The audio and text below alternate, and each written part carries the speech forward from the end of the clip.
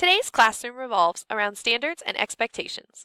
Amid the core content, students need to develop the ability to independently think and learn. A key component of this ability is critical thinking. This video will give you a brief introduction to incorporating critical thinking in the classroom. First, let's start by defining critical thinking.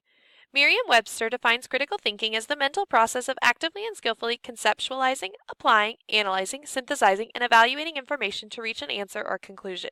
Let's break this down. First, as the teacher, you provide information. The students then use their thoughts and ideas or mental processes. This goes beyond them simply listening or watching passively, but rather actively engaging with the information. The student must be in the driver's seat. From this point, how the information is used will vary based on the subject and the student. Abstract concepts may be compared to concrete ideas or modeled.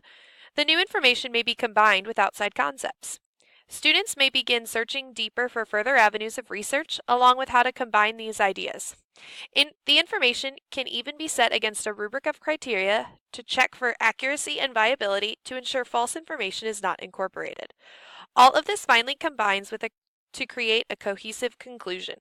For each of these steps, students are able to utilize technology to create, process, research, and publish their findings, aligning with the ISTE Coach Standard 2D.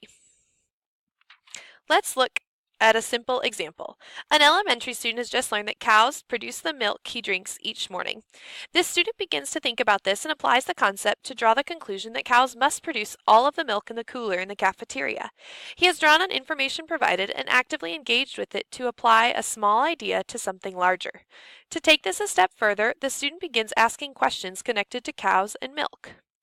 What state has the most dairy farms? Where is the nearest dairy farm?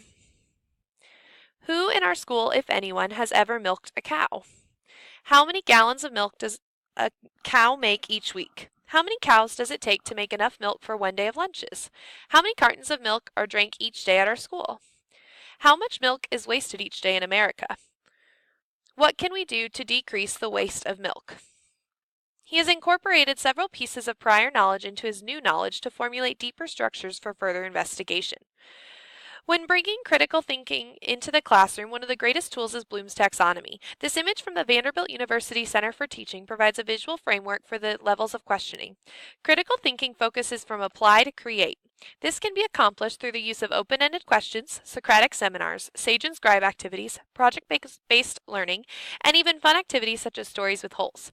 There are resources in the description to websites to help you get started on these activities. Incorporating these early on may seem a challenge, but the benefits to your students make the effort